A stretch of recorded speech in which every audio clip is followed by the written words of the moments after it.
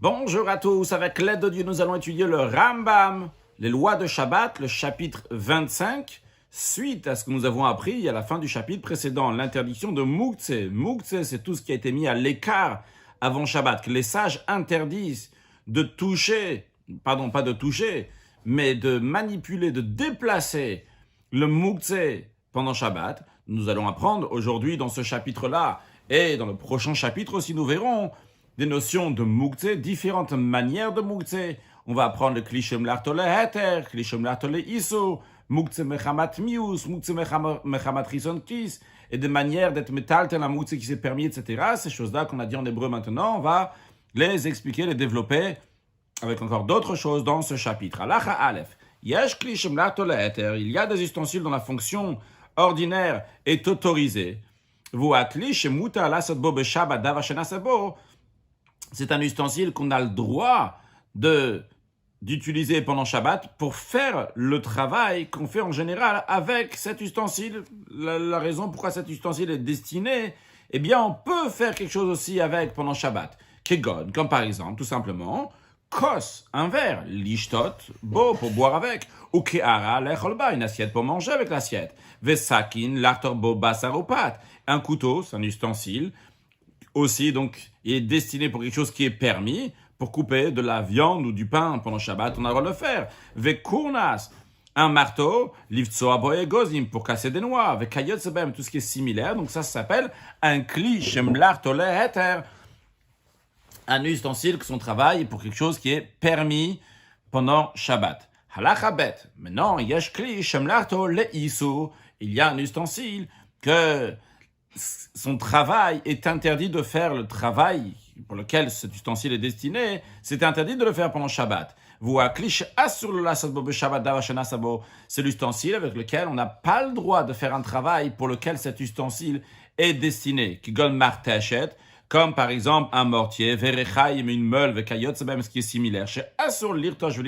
Vu qu'il est interdit de piler et de moudre pendant Shabbat, on n'a pas le droit d'utiliser un mortier pendant Shabbat, vu qu'on n'a pas le droit de piler, on n'a pas le droit d'utiliser une meule, vu qu'on n'a pas le droit de moudre. Halacha Gimel, kol kli shemlar tole heter. Maintenant, le Rambam, une fois après nous avoir dit, donc c'est quoi un kli shemlar tole isur et c'est quoi un kli shemlar tole heter? Donc quel est un ustensile qui est interdit d'utiliser pendant Shabbat et lequel on a le droit d'utiliser pendant Shabbat? Suite à cela, le Rav va nous dire maintenant les règles. Qu'est-ce qu'on a le droit de faire avec ces ustensiles-là? Est-ce qu'on a le droit de les déplacer ou pas? Et pour quelles raisons on aura le droit de déplacer? L'idée que nous allons voir, c'est dans cette halakha gimel, c'est qu'il y a trois manières pourquoi on veut déplacer un ustensile.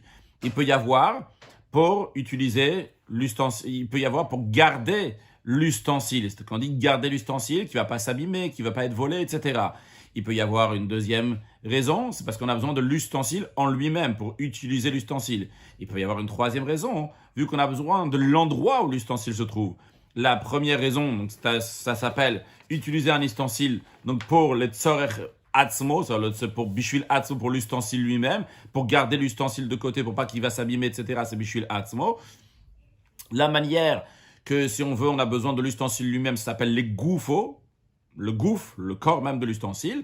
Et il y a, lorsqu'on va utiliser l'ustensile, on va déplacer l'ustensile parce qu'on a besoin de la place où il se trouve, ça s'appelle le tzorech mekomo. Sur le texte, donc tout ustensile que son travail est pour quelque chose qui est permis de faire pendant Shabbat, ben ayashalet, que la matière de l'ustensile était en bois, ou shel cheres, ou en poterie, ou shel even, ou en pierre, ou shel matechet, ou en métal, mutar le taltel be Shabbat, on a le droit de le déplacer pendant Shabbat, ben bishvil atzmo shel kli, que ça soit pour l'ustensile lui-même, c'est-à-dire pour qu'il va être gardé, pour qu'on ne va pas le voler, qu'il ne va pas recevoir la pluie, etc. Ben letzerer gouf, il faut que ça soit parce qu'on veut utiliser cet ustensile-là pour faire quelque chose avec, ben letzerer mekom, que ce soit vu qu'on a besoin de la place, l'endroit où se trouve cet ustensile. Par contre, en ce qui concerne donc un kli, un ustensile, qu'il est utilisé pour faire quelque chose d'interdit pendant Shabbat, ben ayashalet shel cheres, que ce soit que la matière de cet ustensile était en bois ou en poterie, ou shel avanim, ou en pierre, ou shel materet, ou en métal, mutar letaltel be Shabbat. On a le droit de le déplacer pendant Shabbat pour deux choses, ben etzorer gufo, ben etzorer mekomo, que ce soit parce qu'on a besoin de l'ustensile en lui-même pour faire une utilisation qui est permise pendant Shabbat, comme on verra dans la suite, bien que c'est un ustensile, que cet ustensile lui-même, on ne peut pas faire un travail, le travail qu'il fait toujours, c'est un travail qui est interdit de faire pendant Shabbat. On peut utiliser cet ustensile-là pour faire quelque chose d'autre qui est permis pendant Shabbat. C'est tzorer gufo. Ou bien le tzorer mekomo parce qu'on a besoin de l'espace où se trouve cet ustensile qui est interdit, qui est shemlarto le iso, aval bishul atzvo. Mais si c'est pour garder l'ustensile lui-même chez le kli, asur, c'est interdit. Halakha dalet. Keitzad. Le Rambam donne des exemples. On a le droit de déplacer une assiette en bois pour manger dans cette assiette. Tzorer gufa. Ou bien pour s'asseoir à l'endroit où se trouve cette assiette-là, on va la déplacer. C'est le tzorer mekoma. On a le droit aussi de la déplacer. Ou bien, troisième catégorie, que des sheloti ganev, ou bien que cette assiette-là ne va pas être volée. Et ça, c'est la troisième catégorie, donc pour l'ustensile en lui-même. Donc, le Rambam nous a donné trois exemples. Donc, de même, s'il a déplacé du soleil pour pas qu'elle va se sécher, elle va se casser. Au minaksham, mais qu'il a déplacé, vu qu'il y avait de la pluie, que des chelotil pour pas qu'elle va gonfler, elle va s'abîmer. C'est un tiltul se déplacer donc pour l'ustensile lui-même et c'est permis parce que c'est un ustensile que son utilisation c'est pour quelque chose qui est permis, donc on a le droit de déplacer même pour l'ustensile lui-même. Donc je dois dire, c'est maintenant que je dois dire, donc le Rav nous a donné trois exemples pour tzorer gufo, tzorer mekomo et bishul atzvo dans un kli shemlato le heter. Les trois catégories dans un ustensile qui est permis. Halacha he. Maintenant le Rav nous dit en ce qui concerne donc des exemples pour un kli shemlarto le isur, donc un ustensile qu'on n'a pas le droit d'utiliser pendant Shabbat. Le Rav nous donne des exemples. Quand est-ce que c'est permis et quand est-ce que c'est interdit? Il a le droit de déplacer la meule ou bien le mortier, bien que c'est un kli shemlarto le isur, les shaber alea et gozim, pour casser, pour mettre sur elle, donc sur le mortier ou sur la meule, il va mettre des noix, et comme ça, il va les casser là-bas, c'est plus facile pour lui.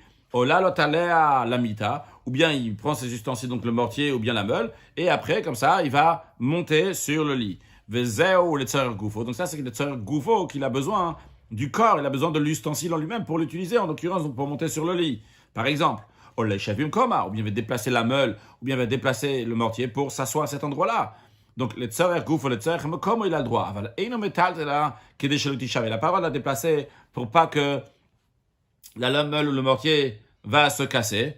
Pour pas qu'elle va être volée. De même, tout ce qui est semblable à ça, donc ce serait interdit si c'est pour l'ustensile en lui-même.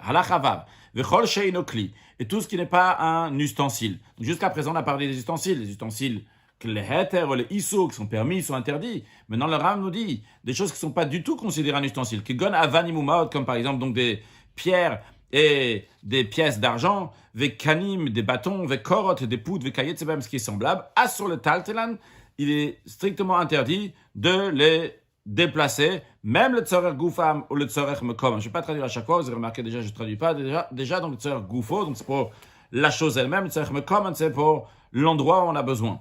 Even gdola ou korak gdola. Une grande pierre ou une grande poutre, même s'il faut la porter avec 10 personnes, donc elle est très très lourde.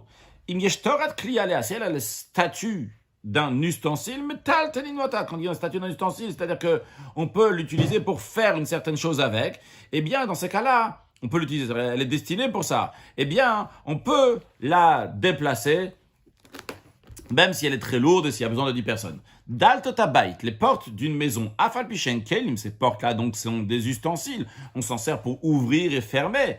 Mais lohuchnu le tiltul, ils n'ont pas été destinés, préparés pour les déplacer. Une porte, elle reste à sa place. Les fichas, c'est la raison pour laquelle il me dit parcours, s'ils sont détachés de leur gond, les portes d'une maison, afilo be Shabbat, même s'ils sont détachés le Shabbat même, on n'a pas le droit de les déplacer une fois qu'ils sont détachés, vu qu'ils sont destinés pour être utilisés sur la porte de la maison, bien que c'est des kelim, c'est des ustensiles, on n'a pas le droit de les déplacer.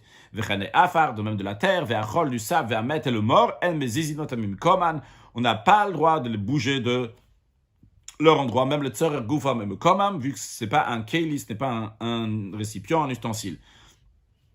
Encore une chose, ou ben shmonachai, un enfant qui est né lors de son 8e mois, qu'à l'époque du Talmud, cet enfant-là n'était pas viable.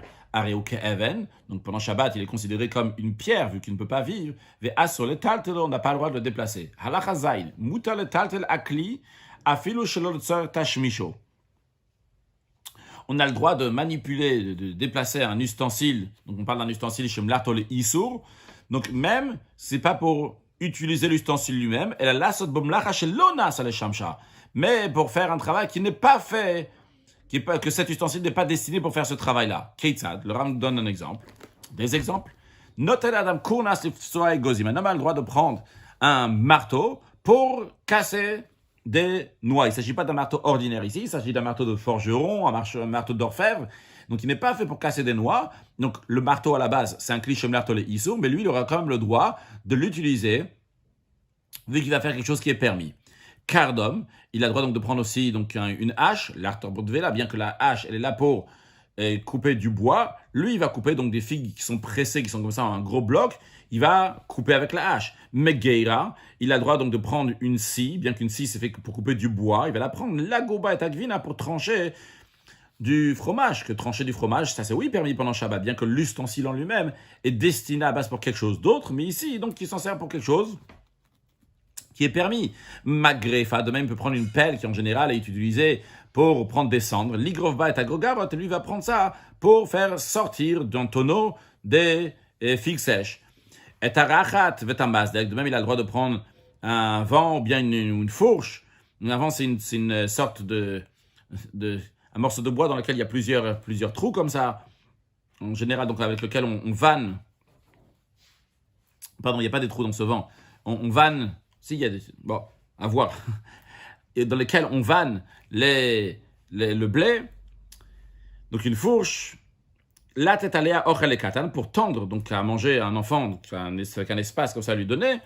Et ta coche, donc un fuseau, et ta kidkad, et un bâton pointu, litrof bo, pour pousser quelque chose d'un endroit à l'autre. Mbachachel sakain, il a le droit de prendre donc une aiguille, donc avec laquelle on coud des sacs, donc une grosse aiguille. Lifter, boîte à dalet pour s'en servir en tant que clé pour ouvrir une porte. Et ta martèche, tu as le droit de prendre un mortier, les chevalets pour s'asseoir dessus. Vechen kokaït c'est basé, même tout ce qui semble à ça. Donc bien que à la base c'est un cliché mlarto, les issour, bien que c'est un ustensile donc qui fait les issour qui est interdit, mais vu que lui s'en sert pour quelque chose qui est permis, eh bien il aura le droit de s'en servir pendant Shabbat pour la chose qui est permise, comme les exemples qu'on a vus ici dans Halacha Zayin. Halacha Chet. Donc,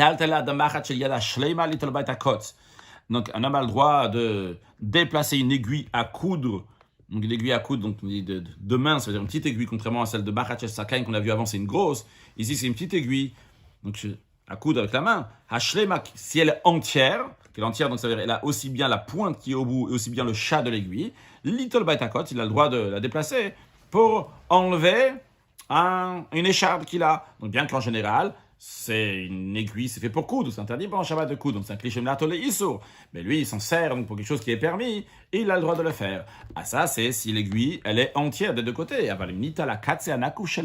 Si le chat de l'aiguille a été enlevé, retiré, ou bien si la pointe de l'aiguille n'est plus là, on n'a pas le droit de la déplacer. Si cette aiguille-là, elle est en matière première, c'est-à-dire qu'elle est en train de faire une aiguille, mais il n'a pas encore fini, il n'a pas encore fait le chat d'une aiguille, quand même, quand même, il a le droit de la déplacer, comme c'est expliqué ailleurs, vu que des fois, même quelqu'un il va s'en servir, donc juste pour enlever des échardes, non pas il ne va pas mettre un chat d'une aiguille. Donc il y a déjà maintenant le statut d'un ustensile et il pourra l'utiliser pendant Shabbat pour faire quelque chose de permis, comme enlever une écharde. À la tête. Kol klish makbidalav. Tout ustensile dans lequel la personne fait très attention.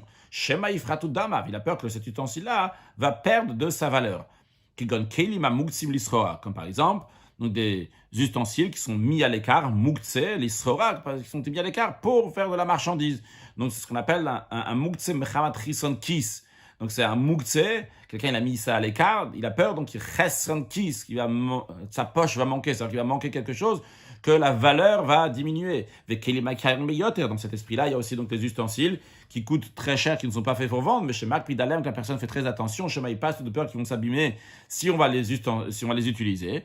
Alors, donc, dans ces deux cas qu'on vient de voir, que ce soit de la marchandise, que la personne fait très attention, ou bien des ustensiles sur lesquels la personne fait très attention, Assur le tal telan be Shabbat, on n'a pas le droit de le déplacer pendant Shabbat, Bezoanika, Muktzeh, Mechamat, Chesed Kis, donc ça s'appelle un Muktzeh, quelque chose qui a été mis à l'écart, pour des raisons de manque d'argent, ça perd de valeur. Comme par exemple donc une grande scie dans laquelle on coupe des grands morceaux de bois, un fer d'une charrue, le fer qu'on met de la charrue qui rentre dans la terre et qui va faire donc un grand sillon, vesakin shel shrita, et un couteau pour faire l'abattage rituel, vesakin shel tabachin, le couteau donc des bouchers, vecherev shel ushkafin, et donc un couteau de cordonnier, vechatin echarashin, et donc une hache de charpentier, vekurnas abasamim, et le marteau des parfumeurs, vekayotzebaim, de ce qui est semblable. Halacha yud, kol kli hukza mechamata isur.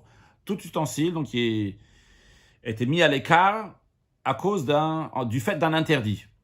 On va voir un exemple dans l'instant. Asur le taltelo, on n'a pas le droit de le déplacer. Kigon, comme par exemple, ner, une lampe, chez l'ikubo Shabbat, avec laquelle on a allumé donc, du feu la veille de Shabbat, et pendant Shabbat, donc ça continue, quand ça rentre à l'entrée de Shabbat, il y a encore ce feu-là qui est sur cette lampe. Donc, en autre mot, au moment de Ben Hashmashot, entre le coucher du soleil et la sortie des étoiles, cet ustensile-là, on n'avait pas le droit de le déplacer. Parce que quand on va prendre dans la Chayut Zayin, il y a une notion qui s'appelle Basis Davara Asur. C'est une chose qui est devenue une base pour quelque chose d'interdit. Le fait que c'est devenu une base pour quelque chose d'interdit, je regarde, c'est bien dans la Chayut Zayin qu'on va prendre ça. Ok, la notion, en tous les cas, on va la prendre. Basis Davara Asur, là-bas, on va prendre. Donc, l'idée, c'est basis, c'est une base pour quelque chose donc, qui est interdit. Donc ici, cette lampe-là, elle est devenue une base, c'est le soutien de la flamme, que la flamme elle-même, on n'a pas le droit de la déplacer pendant Shabbat. Donc, ici, la lampe, à l'entrée de Shabbat, elle était allumée. Donc la lampe, c'est l'ustensile dans lequel on met l'huile et il y a la mèche, etc. Vamenora, Shaya Aner Alea, un chandelier supportant la bougie qu'il y avait dessus. C'est cette lampe. Veshulchan Shaya Lavmaot, une table sur cette table-là, la personne a mis intentionnellement avant Shabbat, elle a mis de l'argent dessus. Donc la table est devenue aussi un bassis, une base, un soutien pour quelque chose qui est interdit sur la table. Alors, même si après, pendant Shabbat, cette lampe-là s'est éteinte, maintenant il ne reste que la lampe, il n'y aurait pas le feu qu'il y a sur la lampe, ou bien que l'argent ne se retrouve plus sur la table. Sur le taltelan, quand même, on n'a pas le droit de déplacer, que ce soit la lampe, ou que ce soit le chandelier, ou que ce soit la table. Chez Kol Klishaya Asur le Talto Ben Hashmashot, car la règle elle est, tout ustensile qui était interdit de déplacer Ben Hashmashot, donc entre le coucher du soleil de vendredi soir et la sortie des étoiles du vendredi soir, ce qu'on appelle Ben Hashmashot, eh bien s'il était interdit de le déplacer pendant ce moment-là, Nes le Talto le Kol Shabbat Kula, eh bien pendant tout le Shabbat, ça sera interdit de le déplacer. Afal Piche Halacha Davar Shegaram Lo Isur, bien que la chose qui a entraîné, qui a causé cette interdiction n'est plus là. Par exemple, la bougie s'est éteinte, mais quand même la lampe, elle était un soutien pour la bougie Ben Hashmashot, eh bien on n'aura pas le droit de la déplacer pendant tout le Shabbat. Halacha Yudalef, Aval Kliya Muktzeh Mechamat Mius. Dans la Chayud, on a vu un ustensile qui était Muktzeh Mechamat Isur, pour une interdiction. Maintenant, le Muktzeh Mechamat Mius, quelque chose qui a été mis à l'écart, parce que c'est quelque chose qui est répugnant. Kegon, comme par exemple, Ner Yashan Shel Neft, une lampe à pétrole qui a déjà servi, ça sent mauvais. Ou Kliyat Soa, un pot de chambre, littéralement un ustensile dans lequel on fait les excréments. Le Kayot Sebaim, ce qui est similaire. Mutar le Talten Beshamatim Mutzach Lahem, on a le droit donc de les déplacer pendant Shabbat si on en a besoin, c'est-à-dire qu'on en a besoin, le Tzorer Goufam, pour eux-mêmes, par exemple, si on veut donner à boire à des poules dedans, des coqs, ou bien si on a besoin le Tzorer Mekom, si on a besoin de l'endroit même où ça se trouve, on a le droit de le déplacer. Halakha Yudbet, Kola Kelim Anitalim Beshabbat, tous les ustensiles qu'on a le droit de déplacer pendant Shabbat, Shenit Parku Daltotem, que leurs portes se sont détachées, qui donnent Dalto Tevor Midal, comme par exemple des portes d'un coffre ou d'une armoire, Ben Shenit Parku Beshabbat, que ce soit que les portes sont détachées pendant Shabbat, Ben Shenit Parku Kodem Shabbat, donc qui sont détachées avant Shabbat, Mutar le Taltel Otan Dlatot, on a le droit de déplacer ces portes-là, même qu'on ne peut pas faire de travail avec, mais ils ont quand même une notion de, on s'appelle le statut d'un keli, vu qu'on peut les remettre à leur place. Encore une chose, le Rav nous dit, tous les ustensiles qu'on peut déplacer pendant Shabbat, mais chez Nishberu, ils sont brisés en morceaux. Ben Kodem à Shabbat, Ben Shabbat, que ce soit donc avant Shabbat, le vendredi de la semaine, ou bien que ce soit le jour même du Shabbat, Shivrem, Nitalim, leurs débris peuvent être déplacés pendant Shabbat. Vehu, mais ceci est à condition, chez Shivrem, aussi Mein Mlacha. Quand est-ce que cette permission-là, qu'on dit que ces débris peuvent être déplacés pendant Shabbat, si leurs débris peuvent servir un semblant de fonction. Ils peuvent faire un travail, on peut les utiliser pour quelque chose. Le Rav nous donne des exemples. Ketzad, comment ça? Shivrei Areva, s'il y a des débris donc d'un pétrin, d'une assiette, on a le droit donc de les déplacer, les chassad bamet piechavit, pour couvrir un tonneau, une jarre. Shivrei zechuchid, de même, si c'est des débris de verre, on peut les déplacer, les chassad bamet piapar, pour recouvrir l'ouverture d'une petite bouteille, d'un flacon. Pour pas que dans ce flacon-là vont tomber des choses qui sont désagréables. De même tout ce qui est similaire. Mais si les débris ne conviennent pas, on ne peut pas les utiliser à aucun usage, il est interdit de les déplacer. Tous les couvercles des ustensiles peuvent être déplacés pendant Shabbat. Vehu, c'est à condition, quand est-ce qu'on peut déplacer les couvercles des ustensiles, c'est chez Yesh Torah Klialem, s'ils ont le statut d'un ustensile. Hayak le mechubar bakarka, si il y avait un ustensile qui était encastré dans le sol, qui gon chavitatmuna baret, comme par exemple un tonneau, donc qui est encastré, qui est enfoui dans le sol. Im yesh la kisou chez la bête achiza, si le couvercle de ce tonneau, il a une poignée, metal telinuto, on peut prendre ce couvercle-là et le déplacer. Veimlav, si le couvercle de ce tonneau qui est encastré dans le sol n'a pas de poignée, en metal telinoto, on n'a pas le droit de le déplacer parce que ça ressemble à ce qu'on va voir tout de suite, le kisuya karkaot, et donc qu'on n'a pas le droit de déplacer. Le kisuya karkaot, de même donc les couvercles, donc cavités, creusés dans le sol, qui gunboard comme des citernes, des fossés, on n'a pas le droit de déplacer leur couvercle, uniquement s'il y a un couvercle. Donc là, c'est kisui karkaot, c'est plus qu'un chavit, un tonneau, c'est un ustensile qu'on a encastré dans le sol.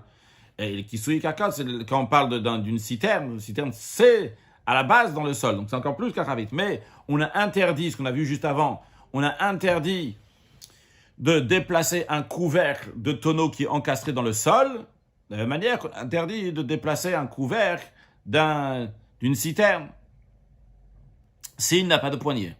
Kisuyatano, le couvercle d'un four. Alors le four, il n'est pas encastré dans le sol, mais il est attaché au sol. Donc le four en lui-même, il est au-dessus du sol. Mais le sol du four, il est rattaché au sol. C'est la raison pour laquelle, même si le couvercle de ce four n'a pas de poignée, on a le droit de le déplacer. Les fours de lesquels on parle ici, c'est des fours de lesquels il était large. En bas, on met le feu, et au-dessus, là-haut, donc c'est plus étroit, et on met un couvercle comme ça au-dessus. Donc ce couvercle-là, on a le droit de l'enlever, même s'il n'a pas de poignée. Halacha yud dalet. Shne dvarim. Si on a deux choses, une de ces choses-là qui est interdit de le déplacer parce qu'il est mouktsé, une deuxième chose qu'on a le droit de le déplacer parce qu'il n'est pas mouktsé. Mais ils sont collés, ils sont proches l'un de l'autre. Osé alzé, que ce soit de manière qu'ils sont l'un sur l'autre, osé basé ou l'un dans l'autre. Et lorsqu'on va déplacer un de ces deux-là, en l'occurrence, un de ces deux-là ici, ce qui nous intéresse, c'est lorsqu'on va déplacer celui qui est permis, le deuxième, celui qui est interdit, lui aussi, va se déplacer. Alors, si la personne avait besoin de cette chose-là qu'on a le droit de déplacer, il a le droit de déplacer. Bien que la chose qui est interdite de déplacer se déplace en même temps que la chose qui est permise, c'est permis de le faire.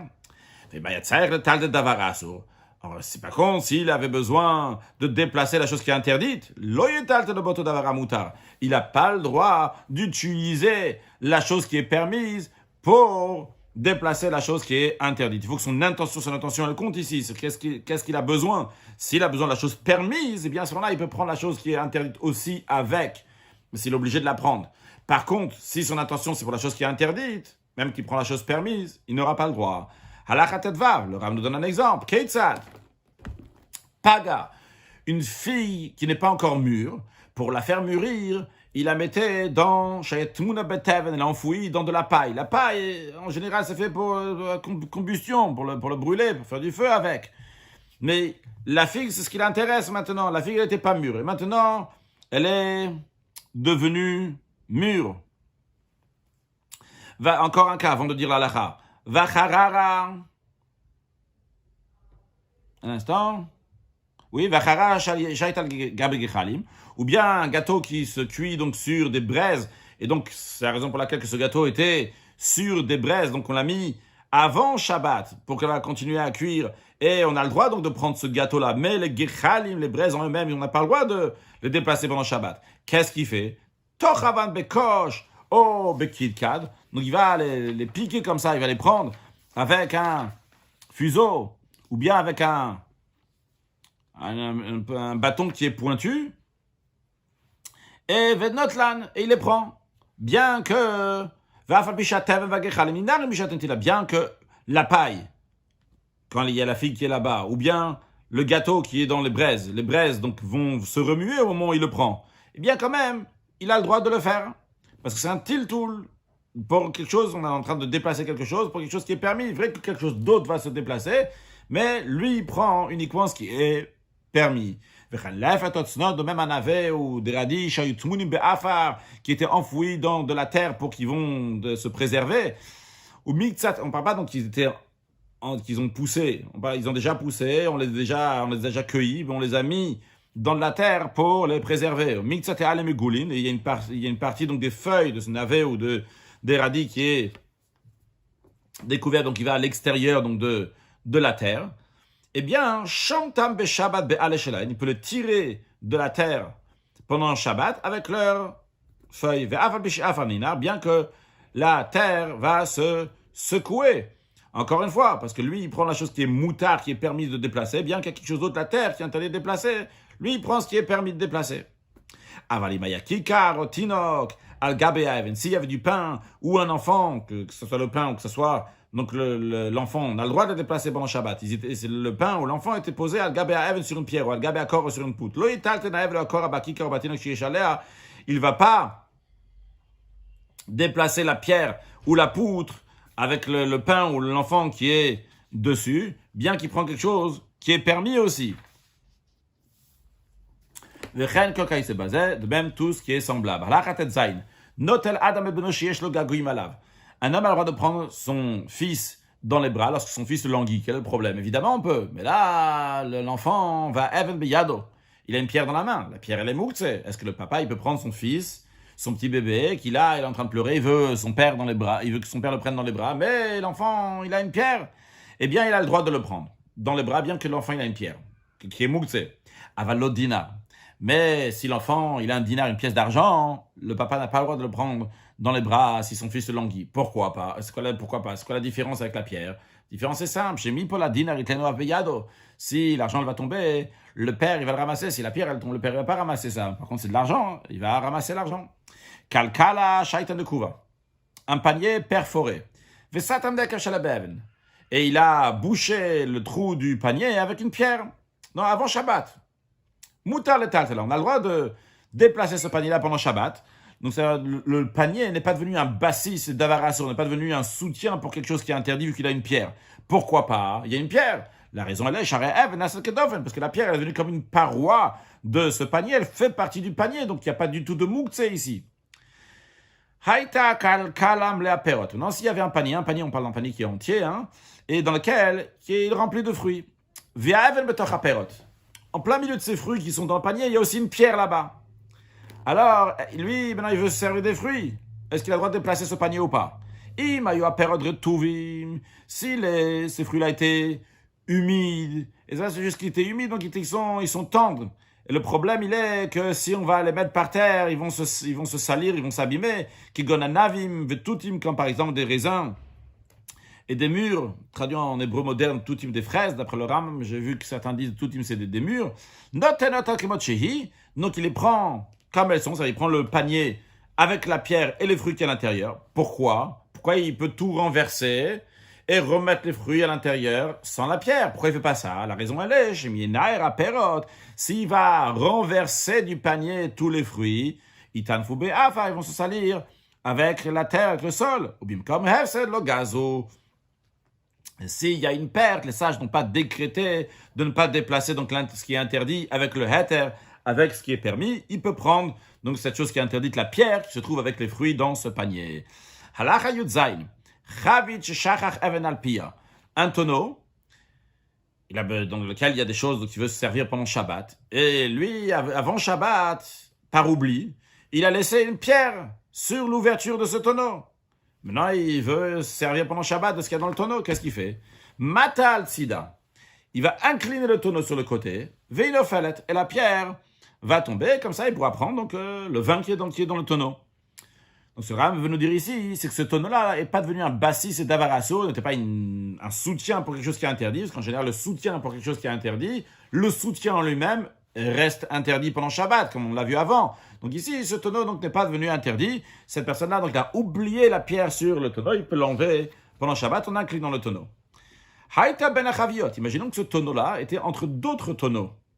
Et il a peur de l'incliner alors qu'il y a des tonneaux à côté, parce que s'il va incliner, la pierre qui est sur ce tonneau-là va tomber sur les autres tonneaux. Alors, Magbiya le makom acher, ce qu'il va faire, donc il va le soulever, il va prendre ce tonneau-là et l'amener ailleurs. Ve'aven alea. La pierre est toujours sur ce tonneau-là, il déplace le tonneau avec la pierre dessus. Une fois qu'il arrive ailleurs, ou matal tzidasham, il incline le tonneau là-bas, ve'aven nofalet, et la pierre va tomber. Ve'chana shocheach ma'ot alakar. De même, quelqu'un qui oublie, on parle d'oubli. Quelqu'un, il oublie donc de l'argent sur un oreiller. Ve'tzarech lakar, et pendant Shabbat, il a besoin de cet oreiller. Noeret akar, il remue, il secoue l'oreiller, ve'noflot, et les pièces tombent de l'oreiller. Donc, ce n'est pas un bassis et d'avarasso. Cet oreiller n'est pas devenu un soutien, une base pour la chose qui est interdite pour cet argent-là. S'il a besoin de l'endroit où se trouve donc l'oreiller, et quand il va secouer l'oreiller, qu'est-ce qui va se passer? C'est que l'argent va tomber à l'endroit où il y a l'oreiller, mais lui, il a besoin de cet endroit-là. Qu'est-ce qu'il fait? Notel etakar ve'amaot alav. Il prend l'oreiller avec l'argent qu'il y a dessus et il les amène ailleurs. Ça, c'est s'il a oublié. S'il a déposé l'argent la veille de Shabbat sur l'oreiller, ou bien qu'il a mis la pierre sur le tonneau avec l'intention qu'elle va rester là-bas Shabbat, c'est interdit de les déplacer pendant Shabbat, même si l'argent et la pierre sont tombés, parce qu'ils sont devenus une base, un soutien pour quelque chose qui est interdit, donc on n'a pas le droit de les déplacer. Halacha Yudchet, à Even Shebakiruya, une pierre qui est dans une coque de potiron. Alors pourquoi quelqu'un va mettre une pierre dans une coque de potiron? Il se servait de la coque de potiron pour puiser de l'eau dans un puits. Donc, pour que la coque de potiron va tomber dans le puits et qu'on va pouvoir ressortir de l'eau, ils mettent une pierre à l'intérieur, comme ça pèse plus lourd, et comme ça, donc, la pierre, la coque de potiron, donc avec la pierre qui est à l'intérieur, va descendre dans le puits, et comme ça, il remonte avec de l'eau. Alors, la question ici, elle est, est-ce que c'est problématique de mouktsé ou pas? Alors, la réponse, elle est, si lorsqu'on remplit avec cette coque de potiron, la pierre ne tombe pas, donc elle est bien attachée avec cette coque de potiron, dans ces cas-là, cette pierre-là fait partie de cette coque de potiron. Ou moutar la malade, on a le droit de remplir de l'eau pendant Shabbat avec. Il me lave, si ce n'est pas le cas, donc si la pierre n'est pas bien attachée, on n'a pas le droit de remplir avec. Donc la coque de potiron est interdite vu que la pierre n'est pas bien attachée avec. Donc dans ces cas-là, la coque de potiron était un bassis, c'est un soutien pour quelque chose qui est interdit à l'intérieur. Beged shalakan, un vêtement qui est sur un bâton. Une fois après avoir lavé le vêtement, il mettait sur un bâton, pour que ce qui sèche, les manches vont devenir d'une certaine manière, etc. Eh bien, le bâton en lui-même, il est mouktsé. Alors quand même, Shantom Alakane, on a le droit de prendre le vêtement là-bas qui se trouve sur ce bâton-là, bien qu'on n'a pas le droit de prendre le bâton, donc on n'a pas le droit d'enlever le bâton du vêtement, mais le vêtement, on a le droit de le prendre. Halacha yutet, perot she'asur le'achlan.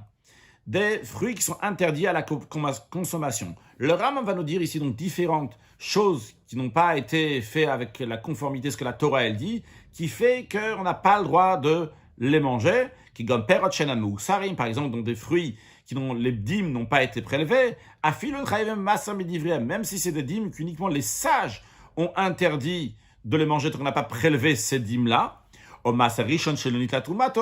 bien le Maaser Rishon, donc les dîmes qui ont été données au Lévite, mais que le Lévite n'a pas pris la terouma, la dîme qu'il faut donner au Kohen, au Teruma Tmea, ou bien une dîme qui est impure, donc qui a aussi donc on n'a pas le droit de manger, au Maaser Sheni Vehekdesh, ou bien ce qu'on appelle le Maaser Sheni et le Hekdesh, ces deux choses-là, donc sont des choses qui sont consacrées, qu'on peut racheter, mais chez l'Onivdu Keilchatan, ils n'ont pas été rachetés comme il se le doit. Eh bien, vu que toutes ces choses-là donc, sont interdites à la consommation, Asur le Taltelan, on n'a pas le droit de le déplacer pendant Shabbat. Avaladmaï, en ce qui concerne des produits qui sont interdits à la consommation, parce que les sages ont dit que peut-être ces propriétaires, vu qu'ils sont Amaaretz, on va traduire par ignorants, ils n'ont pas prélevé ces produits-là, peut-être les ont pas prélevés. Et donc, lorsqu'on les reçoit, nous, on doit les prélever à nouveau. Eh bien, quand même, on aura le droit de les manipuler pendant Shabbat, parce que Oil verra Oil anim, vu qu'on a le droit de donner ces demailles, ces produits agricoles dans lesquels on a un doute si ça a été prélevé ou pas, on a le droit de les donner à des pauvres. De même, le Maaser Sheni et des choses consacrées qu'on a dit qu'il faut les racheter. Et lui, il les a rachetés. C'est le propriétaire lui-même qui a racheté son propre Maaser Sheni. C'est le propriétaire lui-même qui a racheté ces choses consacrées. Et la Torah, elle dit qu'il doit rajouter 1/5 sur la valeur du prix. Mais il n'a pas encore rajouté ce 5e-là. Mutal et Taltelan. On a le droit de les déplacer pendant Shabbat. En ce qui concerne le deuxième cas de Maaser Sheni et Hekdesh, vu que ce n'est pas interdit de les manger, vrai, il doit rajouter donc il doit rajouter encore 20% donc de la somme, donc 1/5, mais il peut quand même les manger. Je ne vais pas expliquer le Maaser Sheni, le Hekdesh, etc. Ça, on apprendra dans d'autres occasions, Bezat Hashem. Le principe, il est clair. On parle donc des choses qui sont interdites de consommer. Halacha Chaf, maintenant. Metaltel Israël atuma afal pishenu rouyalo. La terouma, la dîme, est consommable uniquement pour un Kohen. Un Israël, quelqu'un qui n'est pas Kohen, lui, il a quand même le droit de déplacer la terouma, bien que lui-même, le Israël qui n'est pas Kohen, ne peut pas manger cette dîme. Encore une chose, metaltelim terouma tmea imateora o imachulin. Cette terouma qui est impure, qu'on a dit qu'on n'a pas le droit de la manger, donc on ne peut pas la consommer. On a le droit, pendant Shabbat, de la déplacer avec de la dîme qui est pure, ou bien avec du choulin, du langage de chol, donc des produits consommables, donc qui sont profanes, qui ne sont pas terouma. On a le droit de les manipuler ensemble, de les déplacer ensemble.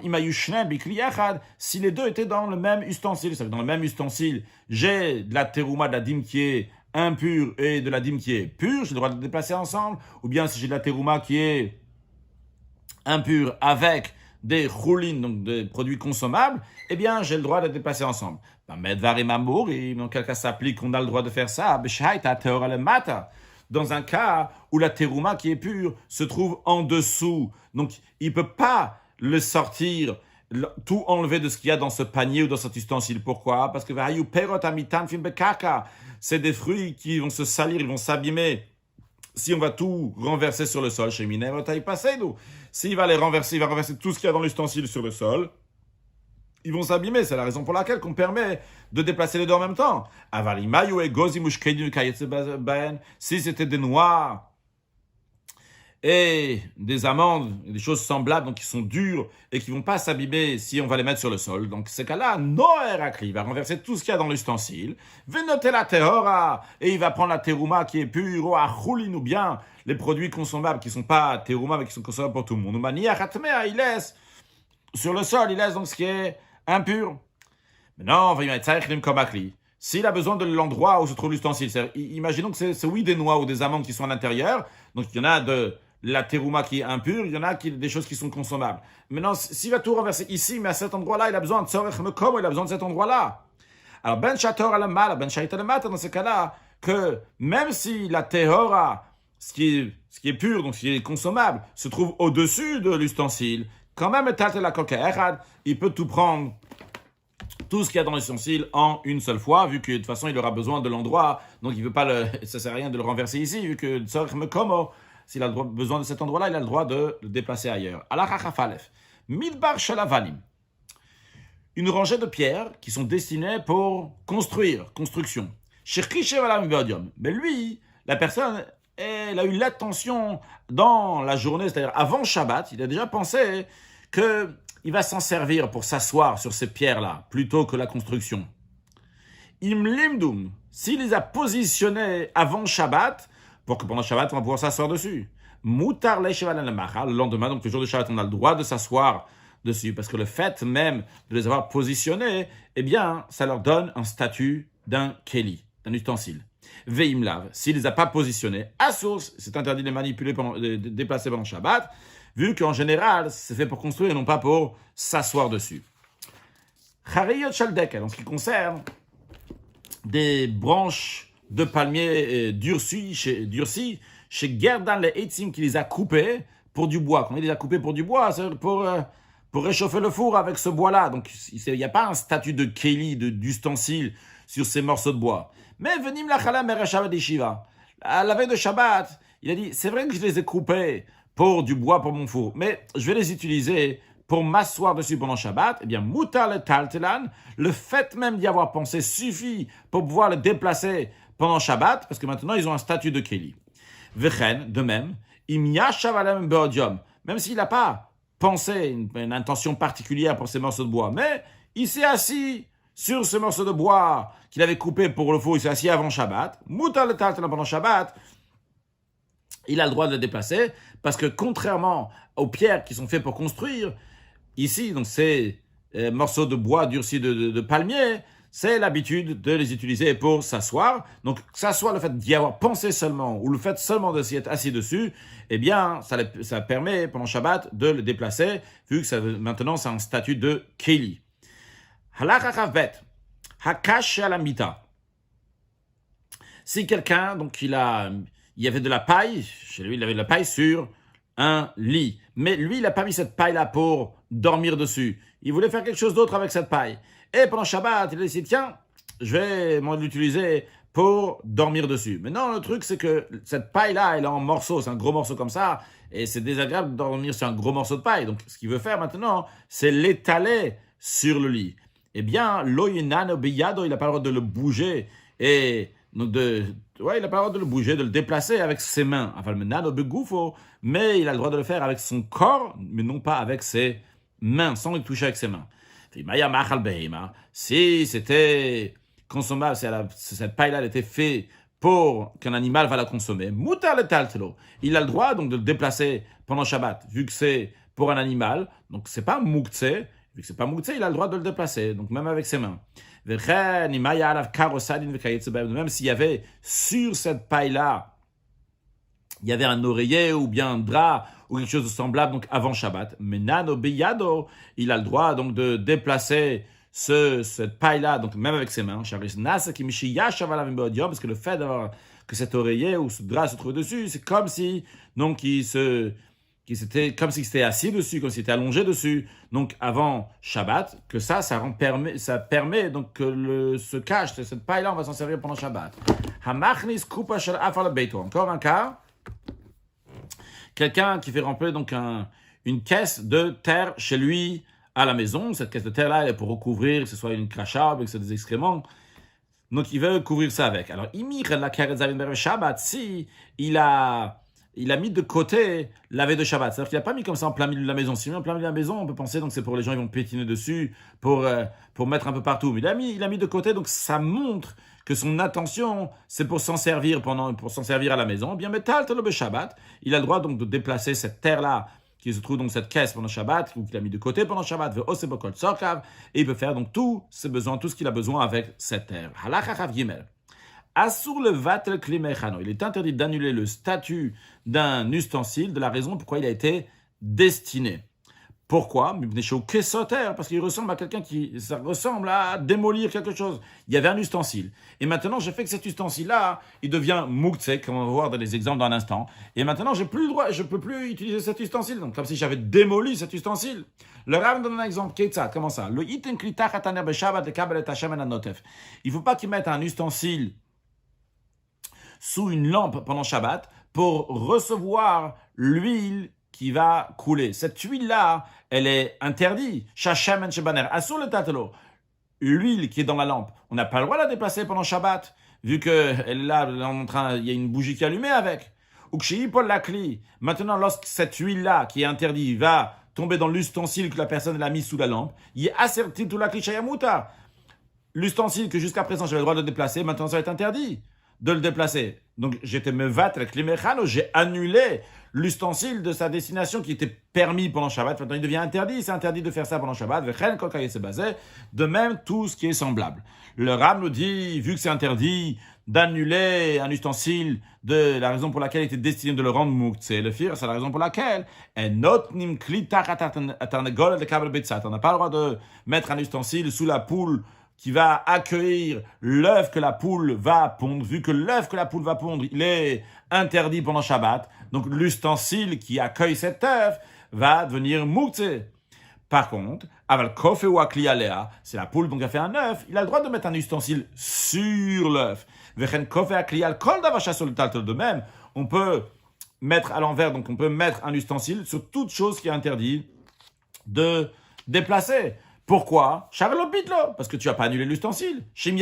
Donc quand tu mets un ustensile sur un œuf qui est interdit, l'ustensile en lui, tu peux l'enlever quand tu veux. Par contre, si tu as mis l'œuf dans l'ustensile, l'ustensile est devenu maintenant moukts et on n'a pas le droit de l'utiliser.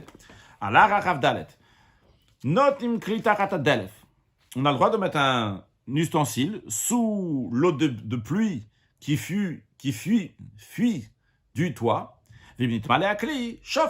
Si l'ustensile il s'est rempli, eh bien tu prends cet ustensile-là, tu le verses, et tu remets à nouveau l'ustensile sous la fuite, et encore une fois, etc. Veilonimna, il n'a pas besoin de s'empêcher de le faire pendant Shabbat, même s'il fait ça pendant toute la journée. Verrou, mais ceci est à condition, chez Yadalev Raoul Echitza, que cette eau de pluie, elle convienne, on peut l'utiliser pour se laver. Ava limenoraoui, si on ne peut pas se laver avec. Enotim, on n'a pas le droit de mettre là-bas les chatrila de mettre cet ustensile-là pour recevoir l'eau.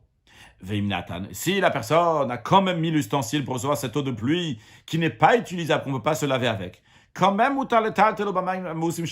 il a le droit après avec ces eaux qui sont répugnantes, ces eaux avec lesquelles on ne peut pas se laver, que lui-même il a mis cet ustensile et qu'il a reçu dans cet ustensile, donc ces eaux répugnantes, il a quand même le droit de le manipuler. Pourquoi? Parce que vrai que les khatrila, faire les choses a priori, chez Einosim grave chez les khatrila, on n'a pas le droit de faire un pot de change, on appelle un pot de change, un pot dans lequel il y a des excréments, c'est-à-dire de salir, on doit faire quelque chose qui est répugnant pendant Shabbat, on n'a pas le droit de le faire. Mais s'il a déjà fait, les sages lui permettent de le sortir pour le respect de la personne, que ce ne soit pas quelque chose de dégoûtant chez lui. Halakha kafé, chavit shel tevel, un tonneau qui est rempli de liquide qui est tevel. Tevel, donc, sont des produits agricoles, ça peut être du vin aussi, dans lequel donc, il n'a pas, les prélèvements qui doivent être faits n'ont pas été faits, donc qui n'est pas consommable. Chez Nishbera, et ce tonneau s'est cassé. Et donc à l'intérieur, il y a des produits agricoles donc, qui ne sont pas permis pendant Shabbat de le manger. Parce qu'on peut pas, on a déjà appris qu'on ne peut pas être metaken, on ne peut pas arranger ces choses-là pendant Shabbat. Eh bien, arranger, c'est-à-dire on ne peut pas prendre la dîme pendant Shabbat, on avait appris. Alors, Mevikli ou manière tartéa, il a quand même le droit d'amener un ustensile et de mettre sous ce chavit, sous ce tonneau-là, bien que on vient d'apprendre dans la Chachav Gimel qu'on n'a pas le droit d'être un vatel klimechano, d'annuler la destination d'un ustensile. Ici, quand tu mets dans ce nouvel ustensile, par exemple le vin, ce qui est dans le tonneau, qu'on n'a pas le droit d'utiliser, cet ustensile-là, tu ne pourras plus l'utiliser maintenant. Alors, la raison pourquoi tu as quand même le droit, parce que Oilvim avavetik nometukan. Vu que si quelqu'un il a transgressé ça, il n'a pas fait ce que les sages ils disent, et il a quand même arrangé ça, il a pris, il a dit, mais etc., ce qu'il fallait de ces produits-là. Donc, s'il a arrangé ces produits, Areokimutukan, donc, ça soit. Alors, nous aussi on considère, Areo Kimutu, quand on considère, bien que lui n'a pas transgressé, mais on considère comme s'ils étaient déjà arrangés ces produits-là, donc on ne les considère pas mouktsé à 100%, et donc il pourra mettre un keli, un récipient qui va prendre donc le liquide qui est dans ce tonneau de tevel qui s'est cassé. Encore une chose, on peut mettre un ustensile sous une lampe pour recevoir les étincelles comme ça qui sautent de la lampe qui est allumée. Pourquoi? La raison elle est chez mamash. Dans ces étincelles, il n'y a pas de mamachout, il n'y a pas de vrai, il n'y a pas quelque chose que tu peux toucher. Ou moutar le taltelakli. Une fois que les étincelles sont tombées sur, par exemple, imaginez comme une assiette sous cette lampe-là, pour pas que ça va, on met l'assiette en dessous, pour pas que ça va brûler la table qui est en plastique ou qui est en tissu ou quoi que ce soit. Une fois que c'est fini, une fois que l'étincelle est tombée sur l'assiette, est-ce qu'il reste quelque chose sur l'assiette? Il reste rien. Donc l'ustensile n'a pas été interdit. Alors j'ai dit peut-être sous la lampe. Il faut mettre, quand je dis sous la lampe, c'est pas que tu mets la lampe sur l'assiette. Tu mets l'assiette à côté de la lampe, donc de manière que les étincelles tombent sur l'assiette. Donc pas la lampe, parce que la lampe elle-même, si tu mets sous la lampe, déjà il faut voir quand tu soulèves la lampe. En tous les cas, si elle se retrouve sur l'assiette, l'assiette elle-même, elle devient interdite. Donc là, elle n'est pas interdite, c'est juste les étincelles qui tombent dessus. Encore une chose, Korashen Nishbera, une poutre de la maison qui s'est cassée. On n'a pas le droit de l'appuyer, de la soutenir avec un banc. Comme ça, je dis, tiens, une poutre ici, j'amène un banc comme ça en dessous, au barouk otamita, avec les montants du lit, pour pas qu'elle descende plus, je vais mettre quelque chose pour bloquer. J'ai pas le droit de faire ça. Elle a im uniquement, quand est-ce que j'ai eu le droit? Uniquement s'ils étaient espacés. C'est-à-dire qu'ils n'étaient pas fortement serrés, le banc, et c'est pas fortement serré avec la poutre. Tant que c'est pas très serré et que quand tu veux, tu peux enlever ce banc ou bien les montants du lit, tu as le droit de le faire. La raison pourquoi j'ai pas le droit de le faire, si c'est fortement serré, parce que si le banc que j'ai mis en dessous, il est fortement serré, eh bien maintenant je peux plus utiliser le banc. Avant j'avais un banc que je pouvais utiliser, maintenant qu'il y a la poutre qui est dessus, eh bien je peux plus l'utiliser. On a le droit d'étendre une natte sur des pierres pendant Shabbat. Donc, j'ai des pierres qui sont pour... je veux construire quelque chose avec et je veux pas que la pluie va tomber sur ces pierres. J'ai le droit de mettre... Donc d'étendre une natte dessus. Alors, Kaveret, mais on a le droit de mettre cette natte sur une ruche Kaveret Shel Dvorim, pour protéger les abeilles du soleil pendant la période de l'été et pour les protéger de la pluie pendant la période de pluie.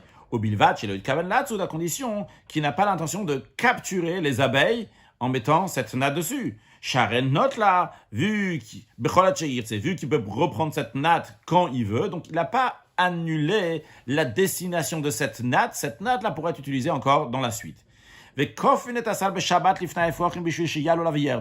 Encore une chose, on a le droit de renverser, donc de mettre un panier devant les oisillons pour qu'ils vont monter sur un endroit, imaginons que, par exemple, à ce niveau-là, donc ils ont à manger, et pour qu'ils vont prendre leur manger comme ça, je mets ici donc un panier, comme ça les oisillons vont monter dessus, ils vont prendre leur nourriture.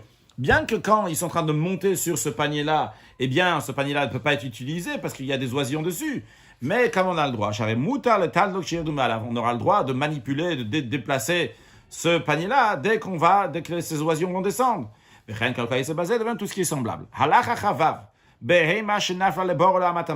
animal qui est tombé dans une citerne ou dans un canal dans lequel il se trouve de l'eau. S'il peut la nourrir, tout en laissant l'animal à son endroit-là, mais on a le droit, on a nourri là-bas jusqu'à la sortie de Shabbat. Donc ça, il n'y a pas de souci jusqu'à là, mais le Ram nous dit, Veimlav, et sinon, si les eaux sont profondes, on ne peut pas lui amener à manger là-bas. Mevi karemoksatot, il amène des oreillers de couverture manière tartea, il jette comme ça dans la citerne, dans ce canal, et comme ça va sous l'animal. Veim alta, et si l'animal, donc il est sorti en montant sur ses oreillers et ses coussins, eh bien, c'est bon, elle est montée, tant mieux. Bien qu'il a annulé un ustensile de sa destination, ses oreillers, on pouvait faire quelque chose avec. Maintenant, c'est l'animal qui est là-bas et se trouve dans la citerne, il ne peut plus s'en servir. Donc, en les jetant dans l'eau, dans cette citerne-là, pendant Shabbat, il ne peut plus l'utiliser. Comment ça se fait qu'on a le droit de le faire? On vient d'apprendre qu'on n'a pas le droit d'annuler un ustensile de sa destination. La réponse, elle est, on a le droit ici, pour ne pas faire souffrir les animaux. Les sages n'ont pas interdit. Et donc, ils ont permis, en autre mot, ils ont permis dans ce cas-là d'annuler la destination de ses oreillers, de ses couvertures, etc., pour ne pas faire souffrir l'animal. Par contre, Asur la lota beyado, il est interdit de la faire monter à la main. C'est-à-dire que si l'animal n'a pas réussi à monter sur les coussins, etc., il n'a pas le droit de la prendre à la main et de la faire monter. Encore une chose, on n'a pas le droit de soulever un animal domestique, un animal sauvage, un oiseau dans la cour, bien que dans la cour, on a le droit de déplacer des choses. C'est un reshuta yachid dans un domaine privé. Aval dochinotanachi kansu, on a le droit de les pousser, donc comme ça, par derrière, on pousse l'animal, jusqu'à qu'il va rentrer à l'endroit où on veut le mettre là-bas pour qu'il va être gardé. On a le droit d'aider des veaux et des poulains, donc en les attrapant donc par le cou, ou bien sur le côté donc, du corps, pour les aider à avancer. Tanegolet shebacha, par contre, en ce qui concerne donc un coq, une poule qui s'est enfuie, on n'a pas le droit de faire la même chose qu'on fait avec les veaux et les poulains, qu'on a le droit de les saisir pour les faire avancer d'un certain côté. Pourquoi on n'a pas le droit de faire ça avec un coq? Parce que quand on l'attrape comme ça, elle se sauve de la main. Et vu que toi, tu l'attrapes comme ça sur ses ailes, eh bien ses ailes vont s'arracher. Et là, tu fais le travail de gziza. Donc, on interdit donc de d'enlever ses ailes. Aval dochinota, par contre, la poule, on a le droit de la pousser. Pas meddadine que tu l'attrapes et la pousser. Mais ici, tu l'attrapes pour qu'elle va aller dans quelque part. Mais tu as le droit juste de la pousser par derrière, jusqu'à qu'elle va rentrer dans l'endroit où elle va être bien gardée. Conclure avec un sujet, un mot du rabbi. Le rabbi il dit dire un chidush. Avant ça, le rabbi parle du fait de donner la tzedaka, que Shabbat on peut donner la tzedaka uniquement en donnant des aliments, des boissons à quelqu'un, ou bien de la tzedaka spirituelle, comme par exemple donner un bon conseil, en étudiant la Torah avec un autre juif, prendre des bonnes résolutions de donner la tzedaka après Shabbat, etc. Et le rabbi dit un dvar chidush maintenant. Mais le rabbi dit bien qu'il y a un dvar chidush, une nouveauté, il dit quand Eliyahu Hanavi va venir, il faut clarifier ça. C'est quoi ce que le rabbi dit? Dans les temps futurs, on pourra faire la tzedaka pendant Shabbat, même avec de l'argent. Pourquoi? Parce que c'est décret que les sages, ils ont dit Mishum Shvut, vont s'annuler, comme le Muktzeh qu'on a appris aujourd'hui. Et non seulement ça, le rabbi dit que dans les temps futurs, vont s'annuler aussi donc les différents de Reshuya, de Reshuta Rabim, de Reshuta Yachid, du domaine privé, le domaine public, de manière plus précise, donc les Arba Reshuyot Kash Shabbat qui correspondent aux 4 lettres de Shem Havaye de Yud Kei Vav Kei, donc qui sont expliquées au début de Masechet Shabbat, en ce qui concerne la Shaykhut de Tzedaka, parce que au début de Shabbat, il dit que Pachat Yado, le pauvre il se trouve à l'intérieur, à l'extérieur, il tend sa main, etc. Le rabbi nous dit que tout ça va s'annuler, mais le rabbi dit qu'il faut encore l'accord d'Eliyahu Hanavi, que Dieu fasse que très prochainement, Eliyahu Hanavi va venir pour nous clarifier toutes ces choses-là, que très prochainement, tous ensemble, on va pouvoir accueillir Mashiach Now. Excellente journée!